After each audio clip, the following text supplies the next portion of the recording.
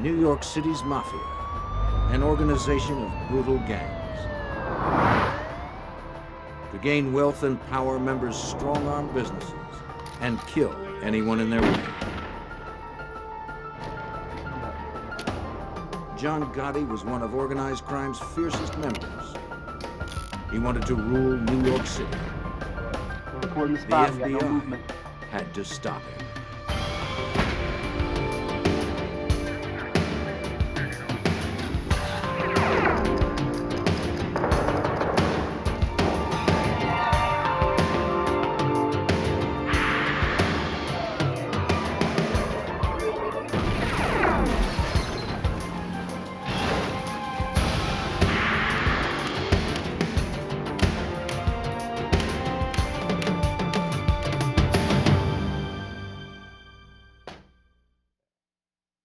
John Gotti was ambitious, powerful, and ruthless.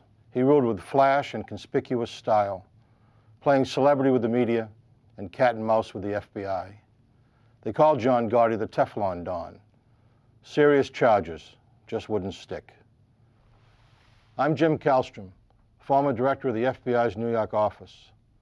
When John Gotti came to power in 1985, organized crime still had its tentacles spread into many legitimate businesses.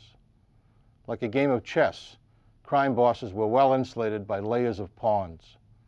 The FBI's job was to penetrate their defenses and capture the king.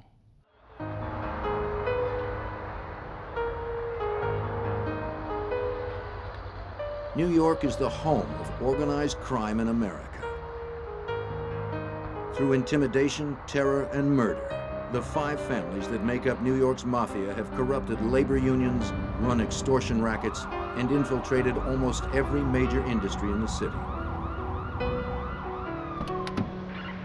Disputes among the crime families often erupt over who controls which union or what industry.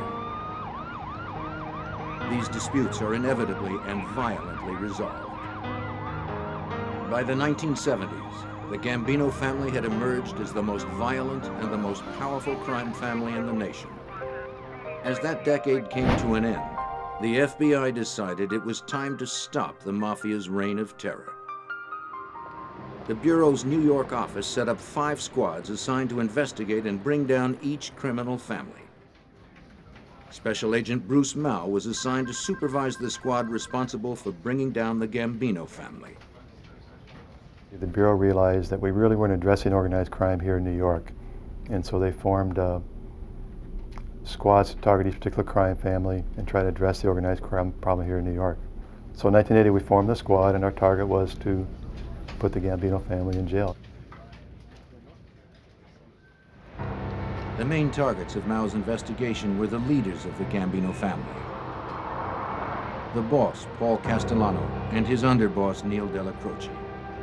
Castellano assumed leadership of the family in 1976, when Carlos Gambino, the namesake of the family, died of natural causes. The FBI were also targeting the most powerful captains in the family, like John Gotti. The captains controlled crews of soldiers who carried out the day-to-day criminal activity for the family. Castellano's crews would commit the actual crimes, but Castellano himself did not. Catching him seemed impossible. As the FBI soon learned, the entire hierarchy of the Gambino family was well insulated. The family army consisted of over 50 captains who controlled over 300 soldiers. It was a large and impenetrable secret society, accessible to outsiders only through the lenses of surveillance cameras. But federal racketeering legislation was passed that made ordering criminal acts as much of a crime as committing the crime itself. In order to successfully prosecute the hierarchy of the Gambino family, the FBI had to secretly get them on tape discussing their criminal enterprise. Mao and his team would have to patiently and methodically work their way into the intricate structure of the Gambino family. It would take years to accomplish that goal.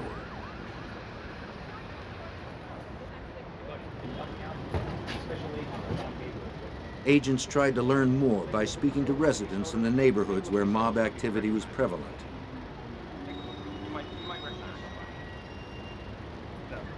You sure now? Yeah. Well, take a look. You might recognize one of these guys. Take a look. Take a good look. Take your time. Few people were willing to talk. Only those on the inside could tell agents who were the real power brokers in the family. Cooperating witnesses and informants had to be developed. Betraying the Mafia meant certain death. Informants would be difficult to come by. But some were willing to take the risk. Most were low-level criminals cutting deals with the government to avoid prosecution and long prison sentences. Whatever their motivation, they gave agents something they did not have before: a back door into the Gambino family's criminal operations. Castellano ran the family like a major corporation. Nicknamed within the Mafia as the Pope, he used unions to strengthen his grip on various industries in New York.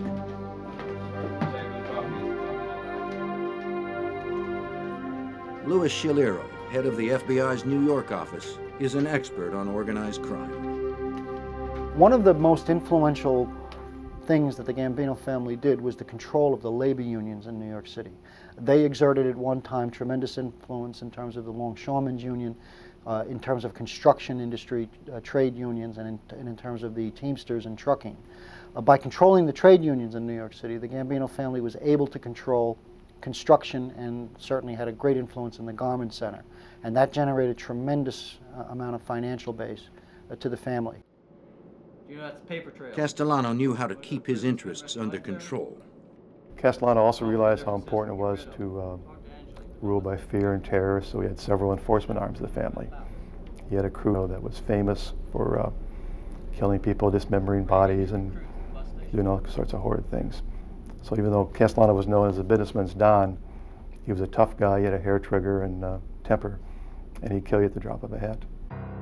Getting to Castellano directly would be very difficult. His home in Staten Island was a fortress, under constant supervision by armed guards. He had also installed a sophisticated alarm system. Didn't you tell me that? Agents had no solid evidence to suggest that Castellano conducted criminal business in his home. Without such proof, a court would never authorize an FBI bug or a phone wiretap inside the home. Agents hit the streets. They hoped to find one weak link to exploit, one person in the family who made himself vulnerable to electronic surveillance. They learned through informants about a Gambino family crew headed by John Gotti that operated in Queens, headquartered in a private social club called the Bergen Hunt and Fish Club. A few of the FBI's well-placed informants were close to one of Gotti's lieutenants, a man named Angelo Ruggiero.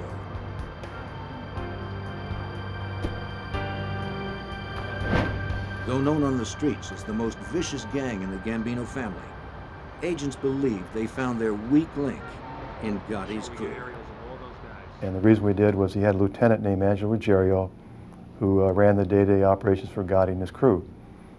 And Angelo was an attractive target because, number one, he's very active, involved in a lot of criminal activity. Number two, he had a big mouth. He talked a lot. He was a gossip and a blabbermouth.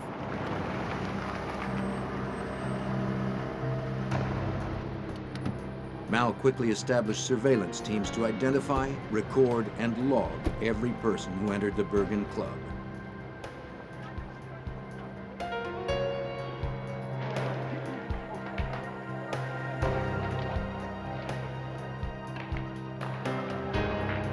Agents learned that John Gotti and his crew made money for the family primarily through hijacking, car thefts, extortion, and illegal gambling operations.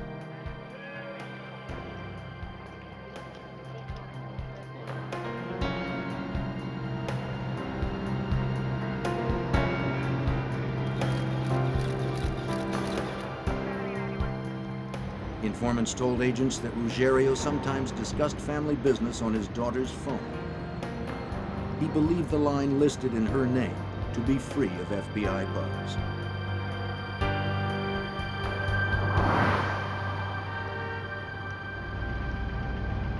Permission to wiretap a private telephone is granted sparingly. Agents must convince a federal judge that the target is engaged in criminal activities and that the wiretap is likely to produce more evidence. If conversations are not of a criminal nature, the wiretap must be turned off. The informant's statements were enough to convince a federal judge in late 1981 that Ruggiero's daughter's phone should be tapped. Mao's squad had found a way to infiltrate the Gambino family.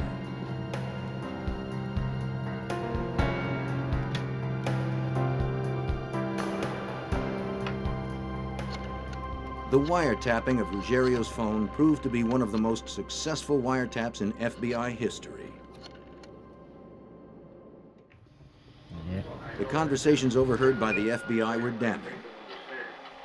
But agents learned that Ruggiero also held meetings in his home with Gambino members. Mao and his squad had enough evidence to justify placing a microphone in Ruggiero's home. Agents slipped in, installed the bugs in his dining room, and left without a trace.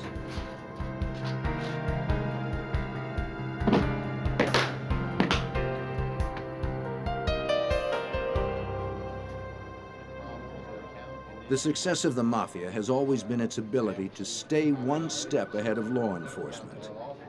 What Mao and his squad did not know was that a high-ranking police officer was on the Gambino payroll. Though the mole didn't know specific details, he leaked information to family members about ongoing investigations and electronic surveillance operations.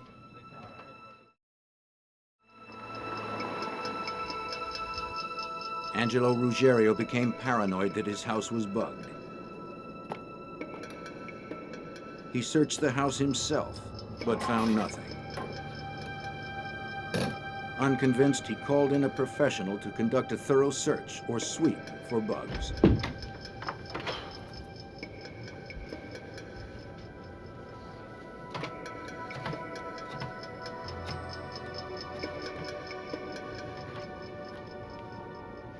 Yeah, I need someone to come sweep my house, please. Ruggiero ordered the sweep on the tapped 2345. telephone. When the FBI heard the conversation, they knew they had a crisis. 2345 Richmond Street. Got a problem. The phone tap inside the home was immediately turned off to avoid detection. All that work. If discovered, it would destroy weeks of diligent work and send the squad back to square one. And there were no targets as talkative as Ruggiero. Yeah, just come right here. Okay. The sweeper arrived with the most sophisticated electronic detection equipment available. Yeah, sounds good.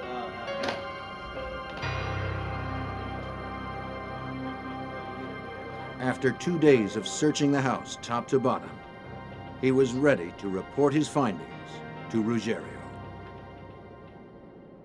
2 days after Ruggiero's house was searched for bugs, agents arrested the man who conducted the sweep of his house. What they learned was indeed shocking. He charged Ruggiero thousands of dollars for his services, but none of his detection equipment worked. He had swindled the mob. Fortunately, he had told Ruggiero his house was clean. It was a lucky break for the FBI. Not only had their bugs not been discovered, but now Ruggiero felt confident to speak freely in his house. And he did so with abandon, right into the FBI microphones. Slowly, the FBI was getting closer to the Gambino family hierarchy. To agents, the conversations were a gold mine. As Ruggiero met with his mob partners, the FBI learned of a major heroin trafficking operation conducted by Ruggiero and John Gotti's younger brother, Eugene. Over a 6-month period, Angelo and Eugene Gotti had distributed over 50 kilos of heroin in New York alone. The FBI had every last detail on tape. There was a Mafia rule in effect that dealing drugs was strictly prohibited. The punishment for getting caught was execution. No appeal, no trial. Ruggiero did not have the boss's permission to deal drugs, and he knew the consequences.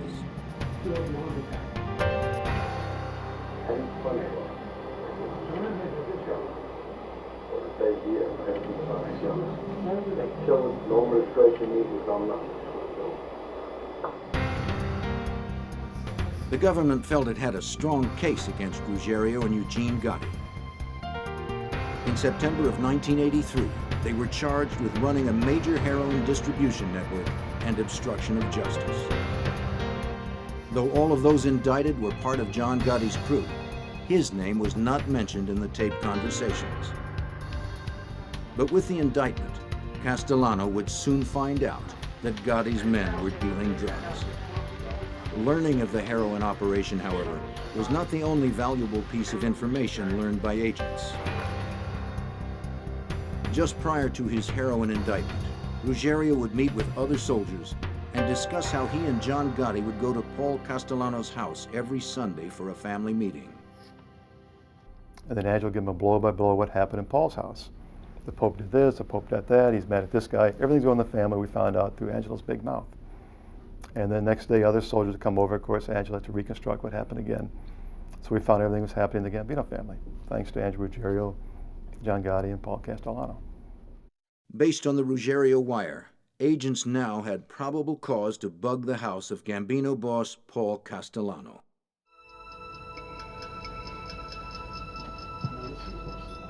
Getting into Castellano's house took detailed planning and methodical execution. Agents managed to get inside the house and place the bugs. Soon after, they began taping conversations that directly implicated Paul Castellano as the boss of the Gambino family, the man who oversaw a multitude of illegal rackets that cost taxpayers millions of dollars each year. Castellano would meet with his most trusted captains to discuss business. The FBI identified one of those captains as Sammy the Bull Gravano.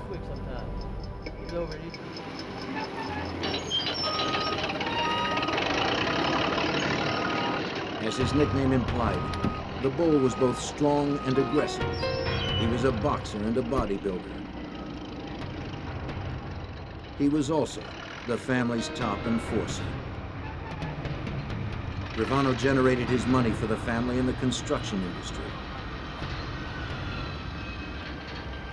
He was adept at a number of criminal activities, but his most notorious skill was murder.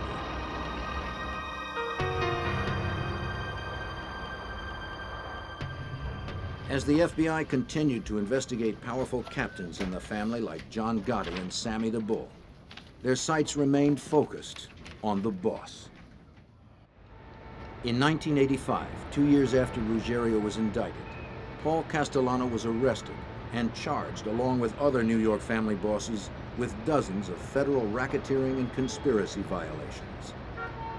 Out on bail, Castellano continued to run the family, though his attention seemed focused on how to beat the government's case against him.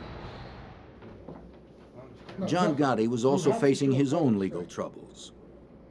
An independent investigation led by the U.S. Attorney's Office ended with Gotti and his mentor, underboss Neil Della Croce, being charged with several counts of racketeering.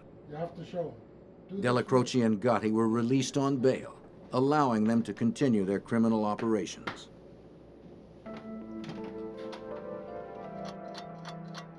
Months later, Della Croce lay dying of cancer. The FBI had bugged his bedroom.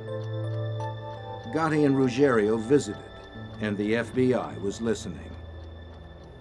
They recorded Gotti talking about his fears that Castellano might kill him and Ruggiero for getting caught on tape discussing their drug dealings and for leading the FBI to Castellano's house. The boss wanted to hear the FBI tapes. Della Croce promised Gotti that he would do anything in his power to protect him. Della Croce's loyalty to Gotti was causing a rift in the family. One more time. That's all I'm asking. He was stalling the boss, reluctant to turn the tapes over to Castellano. The Gambino family was splitting in two.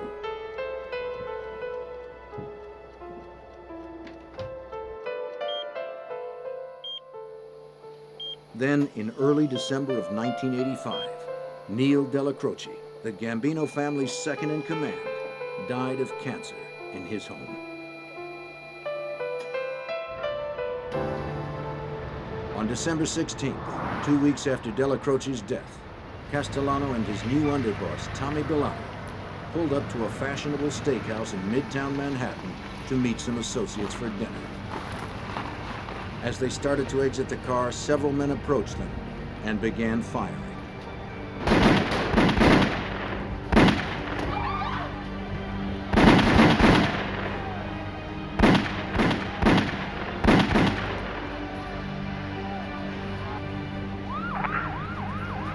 Castellano and Bellotti never knew what hit them. They were killed instantly. When the boss of a family is assassinated, the FBI believes that the person responsible is usually the one who steps up and assumes leadership of the family. It was Mafia tradition to pay tribute to a new boss, to show him respect. 2 weeks after the murder, agents watched a parade of high-level Gambino family members enter the Bergen Hunt and Fish Club. They were meeting with John Gotti.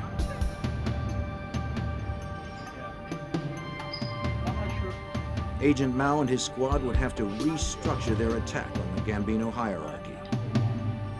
John Gotti was the new boss of the family. Maybe. Agents pieced together his criminal history and traced his rise to power. John Gotti became a Gambino family associate around 1970. He impressed the boss in 1973 by killing a man who had kidnapped and murdered a relative of Carlos Gambino. Gotti served 2 years for the hit before he was paroled. Upon his release, he quickly gained respect within the family. He began to make a great deal of money for the family through loan sharking and gambling operations.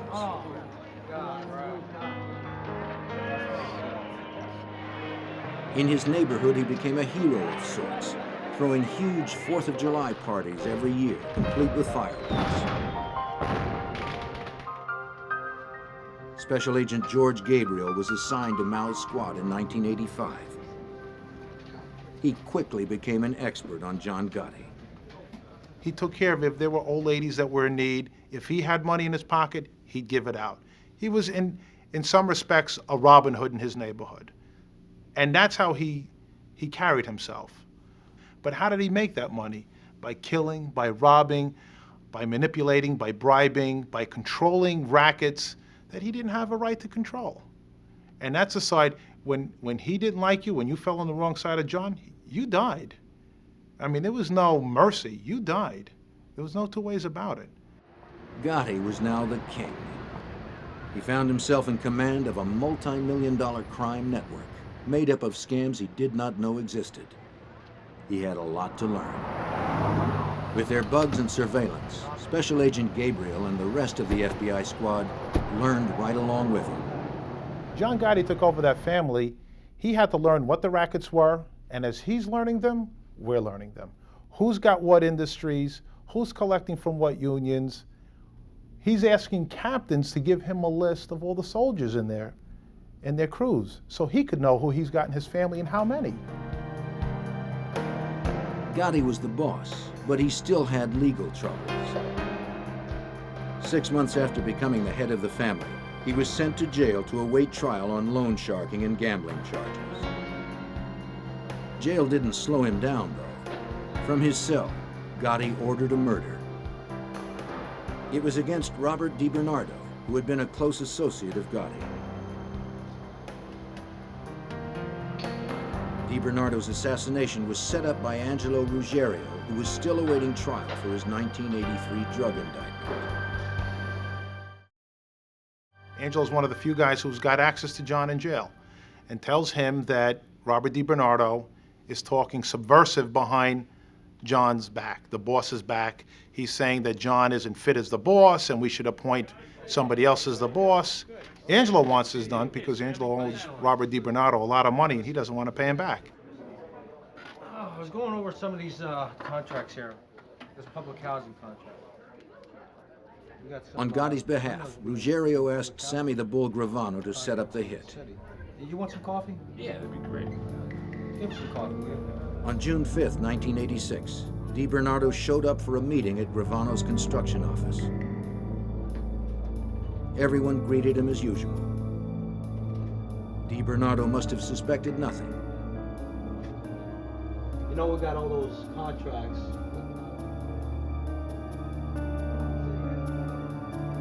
He was shot in the head from behind. His body was never found. The FBI learned of his death through informants.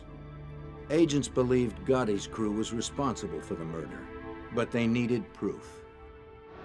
In August of '96, 2 months after the DiBernardo hit, Gotti went to trial for the gambling and loan sharking charges filed 2 years before. But Gotti had not been the primary target of that indictment. The case was originally designed to bring down underboss Neil Della Croce. The case against Gotti was never that strong, but an ambitious U.S. attorney saw an opportunity to get a mob boss. Though the case did not involve Mao's squad, he sent George Gabriel to observe the trial. During a break in the proceedings, Gabriel came face to face with his adversary. I introduced myself. I told him I'm George Gabriel. I'm with the FBI. I work on Bruce Mao's squad. He says, you tell him I'm going to be home in 6 weeks. I'm going to beat this one. I said, right, I'll deliver your message. I said, and if you do, I'll be there to congratulate you because it'll be a good job on your part. He says, good, I hope to see you. On March 13th, 1987, Gotti was acquitted on all counts.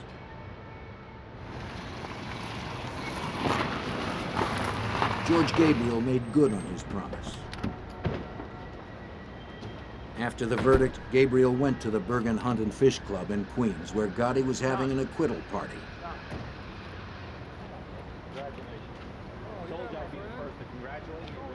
He congratulated Gotti. To the press, the public, and to prosecutors, John Gotti seemed untouchable.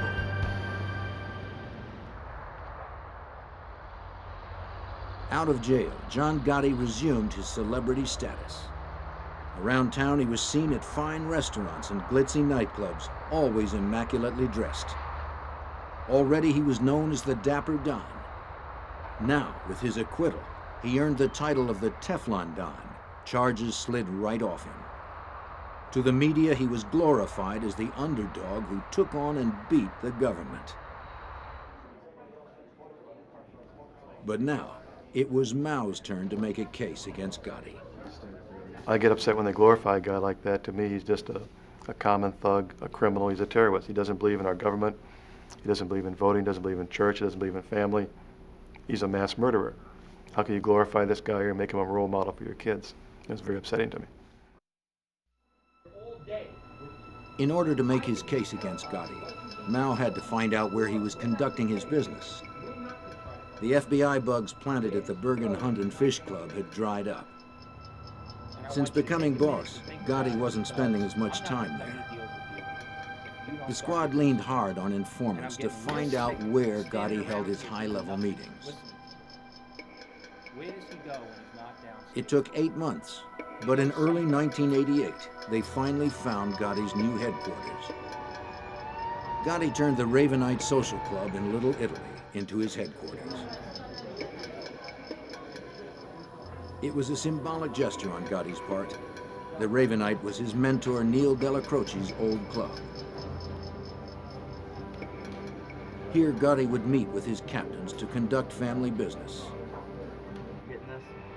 Agents rented an apartment down the street from the Ravenite. A high-powered camera was installed to record all those who came and went from the club. In February of 1988, the FBI earned court approval to bug the Ravenite.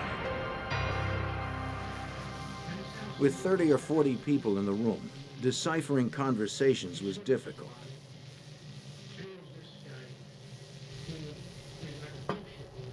Cassette tape recordings of white noise were always being played in the club. Hearing conversations through that was impossible.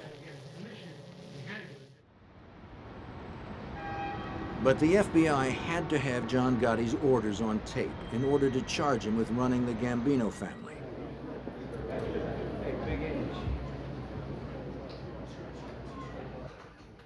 So far, the bugs in the ravenite had not produced much evidence.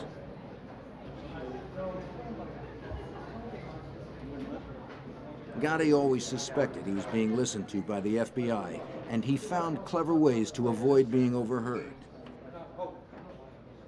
John Gotti was notorious for going on what we described as a walk talk, where he and the person he had to discuss something secretive. Not all mob business is open to everybody in the mob. There were times where a captain would have to speak with his boss. John Gotti would take that person and they'd go outside. Going outside, they're evading the possibility of a bug. No matter what agents did, it seemed the mob was anticipating their every move, at times even taunting them. When I would sit in the van outside the Ravenite, they would bang on every van on the street and whisper, "We know you're in there." You get made all the time, and you try your darndest not to, but it happens. And you just have to stay with it.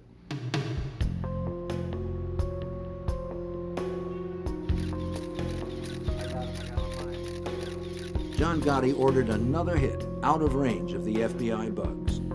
This time, it was Louis Melito, a Gambino soldier whose loyalty to Gotti was suspect. Gotti felt Melito was a threat to the family administration, since Melito had been a close business associate of Paul Castellano and Tommy Bilotti. Sammy the Bull agreed to oversee the hit. He too had little use for Melito. Sammy felt he was trying to move in on the construction industry. Melito was shot dead under Gravano's supervision, his body removed and never found. The FBI learned of the hit through informant rumors. But again, there was not enough hard evidence on Gotti to arrest him. Gotti was ordering people killed right under the FBI's nose. The cat-and-mouse game intensified, and so did the pressure on the FBI to stop him from ordering more killings. Mao knew he was overlooking something. Gotti must be talking, but the FBI didn't know where. In December 1988, Bruce Mao decided it was time to shut down the wire and regroup. It was a very frustrating time because we knew we were so close. We had these guys on videotape. We could see them coming and going. We saw the walk talks around the street. We were so close, but yet so far away from achieving our goals. The bugs were shut down, but the FBI's Gambino squad would not give up. They developed a new informant who told them Gotti would sometimes be in deep conversation with one of his men in the Ravenite. Then abruptly, they would leave the table and go into a hallway behind the club. Usually they were gone for 10 or 15 minutes. The meetings in the hall were no doubt incriminating ones. And in a quiet hallway, FBI bugs could pick up more of the conversations. The squad quickly took advantage of the opportunity.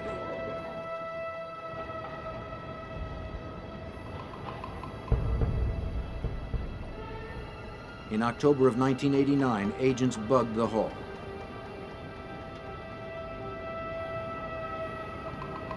They recorded Gotti meeting with several Gambino family members there.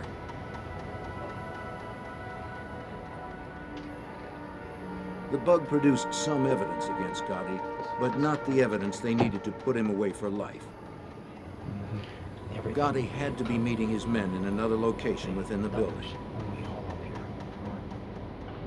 Somewhere where he felt comfortable and safe.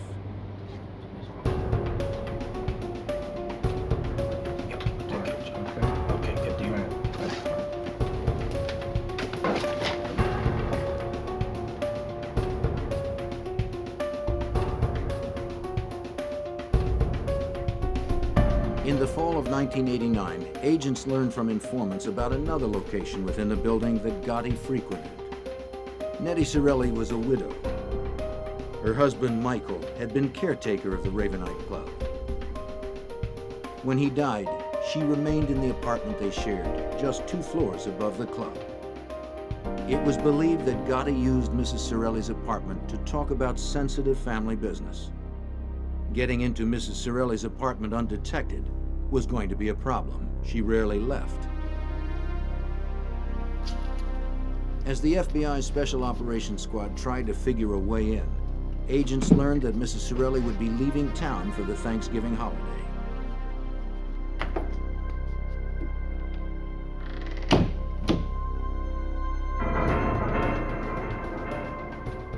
It was the opportunity they had been waiting for. Agents went to work. They sneaked into the apartment in the middle of the night and placed the bugs.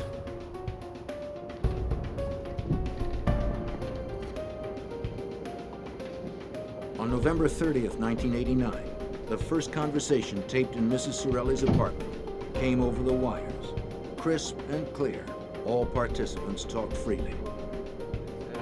They spoke directly, using no code words or sign language like they often did when a bug was suspected.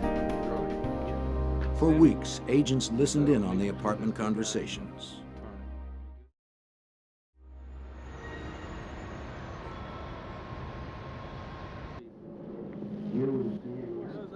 On December 12, 1989, they got the biggest break they could ever have hoped for. That day, Gotti and his underboss, Frank Locascio, met at the apartment. In a rambling conversation, Gotti left a trail of evidence that would later haunt him. He explained labor union rackets and other crimes. And he talked about ordering the murders of several people. The agents monitoring Gotti that night could barely believe their ears. More shocking to agents was what they heard Gotti say about Sammy Gravano. For over an hour, Gotti went on a verbal rampage about Sammy. He said Gravano was getting greedy, taking too big of a cut from the construction racket profits. He was becoming too active in the family, not respecting Gotti's authority. Gotti suggested that 2 murders that he himself had ordered were because Sammy was trying to protect his own interests. According to Gotti, Sammy had suckered him into murdering DiBernardo and Melito. It was a very important conversation because during this long diatribe, John confessed to 2 murders. He confessed to ordering the hit on Robert DiBernardo. He confessed to ordering the hit on Louis Melito. Both he claimed that Gravano's urging to have murdered. He also talked about a 3rd guy named Louis DeBono who was going to murder another partner of Sammy's. John detailed also his control of different labor unions. He also detailed how much money he's making from different illegal activities. It was our smoking gun. It was the best tape of the entire electronic surveillance. After recording a few more conversations, the wire in the apartment was turned off in May of 1990. For Mao's Gambino squad, all the years of patience had finally paid off. They had the best evidence they could imagine, and it was John Gotti himself. Over the next few months, agents put together their case against Gotti. The case against the Gambino family hierarchy, which began a decade earlier, was ready to come to a close. On December 12, 1990, exactly a year after Gotti's fateful conversation, Special Agent George Gabriel and 2 others went to the Ravenite Social Club. Their purpose was to arrest John Gotti, Sammy Gravano, and Frank Locascio. Backup officers were close behind, or so Gabriel thought. When I went into the club to arrest them, they had just ordered coffee. And myself, my partner, and one of the police officers kind of accidentally went into the club ahead of the rest of the arrest team.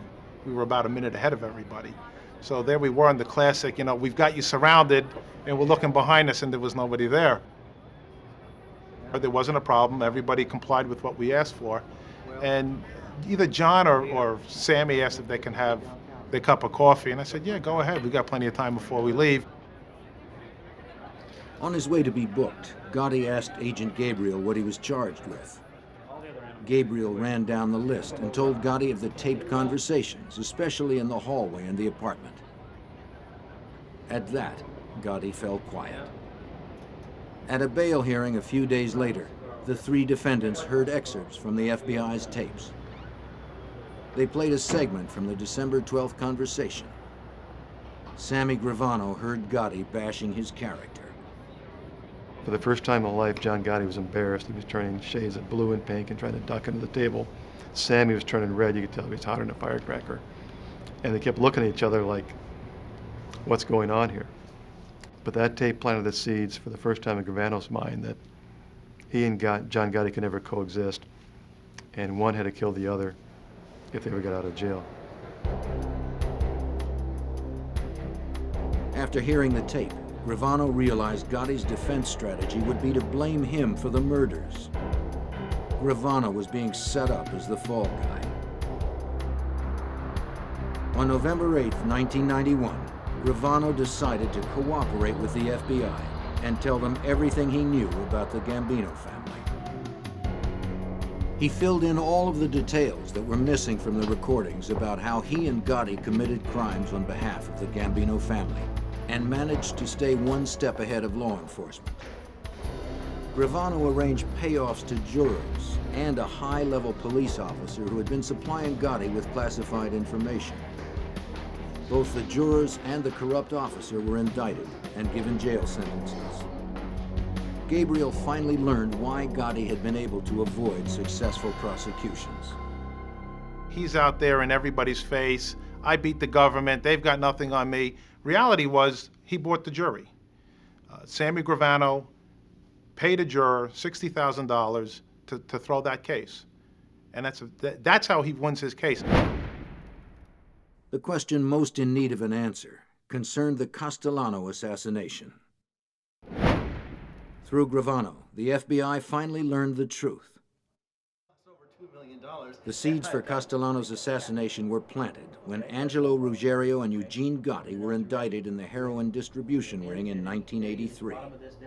The prohibited operation could no longer be kept quiet from the boss. Castellano learned that the government's case was based on FBI recordings of Ruggiero. Castellano was furious. He wanted to hear the tapes for himself. Events began to snowball. In 1984, the tapes were finally turned over to the defense, and for the first time, all the co-defendants and defense attorneys had all these tapes of Angelo blabbing about heroin trafficking, meetings at Castellano's house, commission meetings, et cetera, et cetera. So, around 1984, Castellano, being the boss of the family, asked Ruggiero for a copy of the tapes. The tension between Gotti and Castellano was held in check by Della Croce. But when Della Croce died, the barriers were down.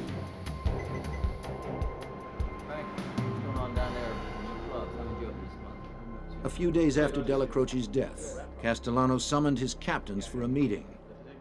Tommy Bellotti would replace Della Croce as underboss. More ominously, Castellano declared that Gotti's crew would be disbanded, his men absorbed into other crews. Castellano had finally listened to the Ruggiero tapes. They had given the government such a good case that after the trial, there probably wouldn't be much of a Gotti crew anyway. Gotti was furious, and he knew he was a target. There was grumbling among the ranks that Castellano was preoccupied with his legal problems and wasn't paying enough attention to the family. Some members thought he was pocketing too much money for himself, not spreading it around among the soldiers and captains. Gotti began to formulate his takeover. He had Angelo Ruggiero approach 3 of the 4 other Mafia families. He wanted to know if they would look the other way if something were to happen to Castellano. The families said they would not interfere. Gotti carefully picked a few soldiers to help plan the hit. In particular, there was one Gambino member whose support would be crucial if the hit was going to succeed.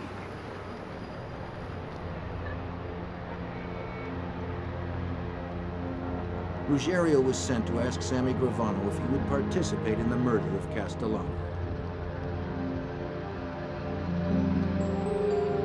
Gravano agreed. He was aware of the growing dissent within the family. He also knew that John Gotti was powerful enough to pull off the murder of the boss. And when the other families agreed to stay out of the way, Sammy knew the smart play was to back Gotti.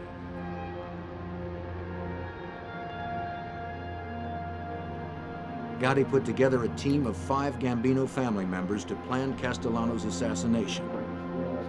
They called themselves the Fist of 5. Hitting the boss of the Mafia's largest family was a formidable task. The Fist would have to find Castellano away from his loyalists. And they knew that Castellano was under constant law enforcement scrutiny. He must be hit someplace where the FBI was not apt to be following him.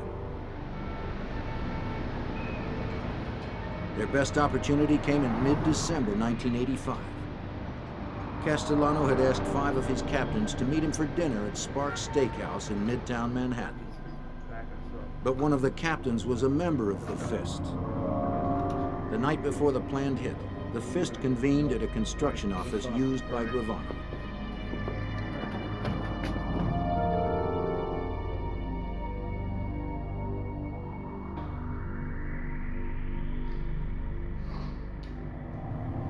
Four shooters had been hired, 2 for Castellano and 2 for his driver and underboss, Tommy Bellotti.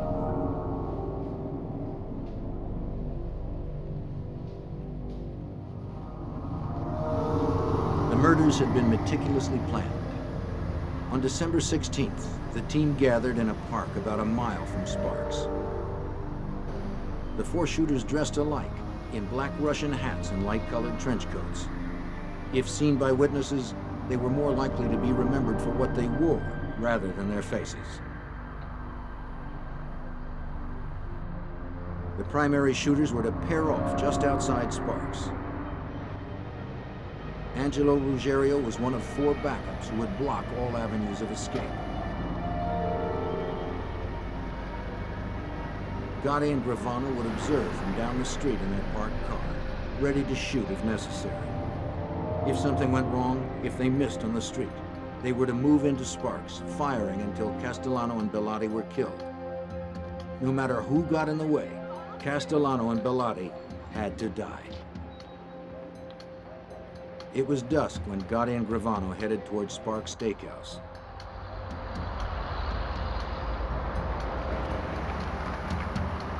The shooters took their places. Gotti and Gravano soon found their vantage point, a parking space at an intersection down the street from the restaurant. They waited in the car. Castellano was late. Perhaps he'd been tipped off about the plot on his life. In the middle of a conversation with Gotti, Gravano suddenly looked to his left and panicked at what he saw.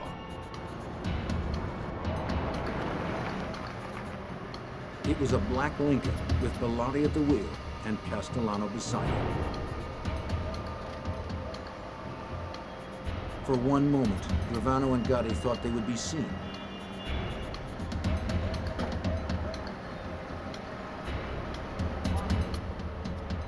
But the light changed and the car moved on.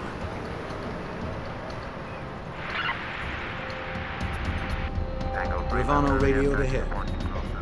It was time.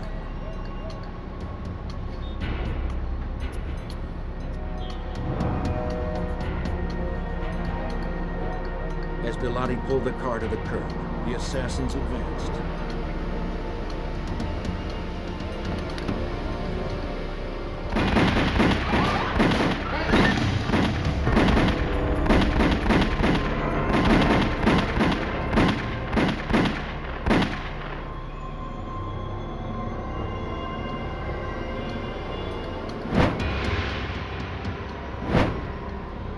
Paul Castellano and Tommy Bellotti lay outside the car, each shot by 6 bullets. According to Gravano, Gotti eased the car into the street and past the bodies sprawled on the pavement. He had to be sure Castellano was dead. Gravano's detailed account finally put an end to the speculating.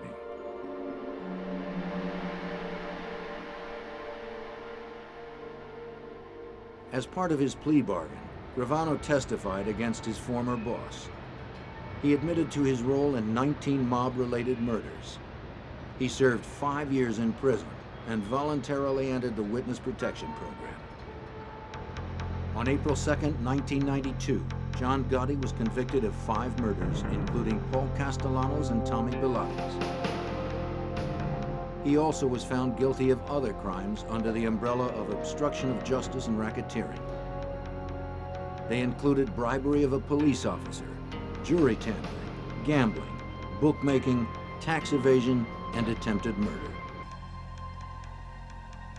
John Gotti lived out his life in federal custody, stripped of his audience, his expensive suits, and his flamboyant style.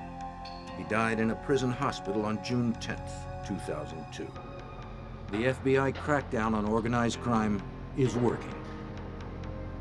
Louis Shaliro, head of the New York office, is optimistic about New York's future. People today, I think, can build a building in New York City without being shaken down by a Cosa Nostra family. I think a restaurant in New York City could have their garbage picked up without fearing that they will be shaken down if they don't pick a particular carter. People today can compete on the Fulton Fish Market without the necessity of paying off one of the particular New York crime families. So we've come a long way. There is certainly a lot of things that left to be done, but I think people generally in New York City certainly are starting to feel the effects of this effort. The battle rages on in New York City. Mafia families continue to plunder, continue to kill.